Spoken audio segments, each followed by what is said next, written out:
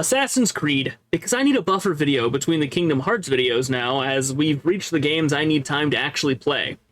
Let me go ahead and say that nostalgia can't possibly blind me on this series, as I literally hadn't beaten any Assassin's Creed game except Rogue until I randomly decided to do videos on the series.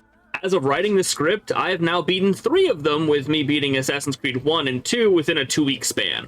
But we're here to talk about the first game, and not just my own choices that brought me here. The footage here may look a little weird, as I am recording it on the digital series console. This game definitely didn't age well, but I can see why people liked it enough to garner an entire series. This game may have been spectacular in the day, but as of today it feels a bit anticlimactic.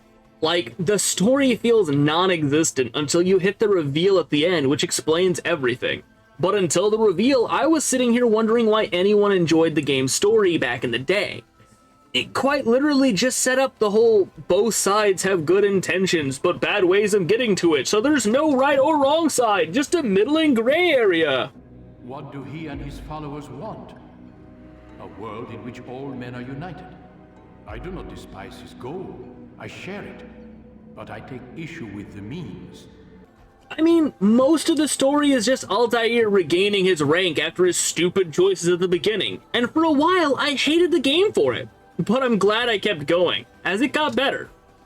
Though, being better still doesn't make it great, so I'd have to give the story a solid 6 out of 10. Next, we hit gameplay, and honestly, there's potential here that they definitely capitalized in the second game. But in this one, I found it rather boring. For the first 3 memory segments, you don't have counter, so you have to be much more involved in combat. But you don't really have a lot of choices other than hit it till it dies. But once you unlock counter, it becomes the best tool in your arsenal, making combat go by really fast. But since it is the best move, you end up only using counter and some ground slashes to get through every combat encounter quickly, which doesn't really do the combat any good. Then we have the parkour, and honestly, it's not terrible, but it can be a bit frustrating when you try to go for a leap of faith and miss the mark by at least a mile.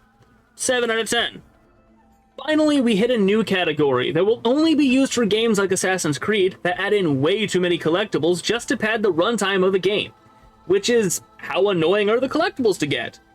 Each area in this first game has a varying number of flags you can collect, and they aren't super noticeable. On top of this, they don't have a noise to alert the player that they're near a collectible, so it does make it a bit more of a chore to find them.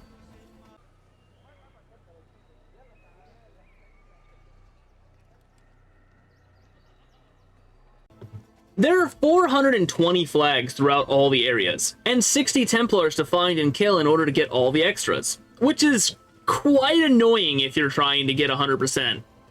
There are also extra objectives per memory sequence as well, being viewpoints and saving citizens that aren't all that bad to find. I'd still give it a 7 out of 10, as it's not as egregious as later titles get.